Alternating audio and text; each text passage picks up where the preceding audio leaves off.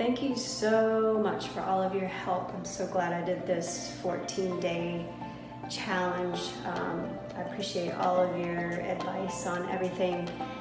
And I'm already feeling so much better in my back and my neck. So yeah, it's been really awesome.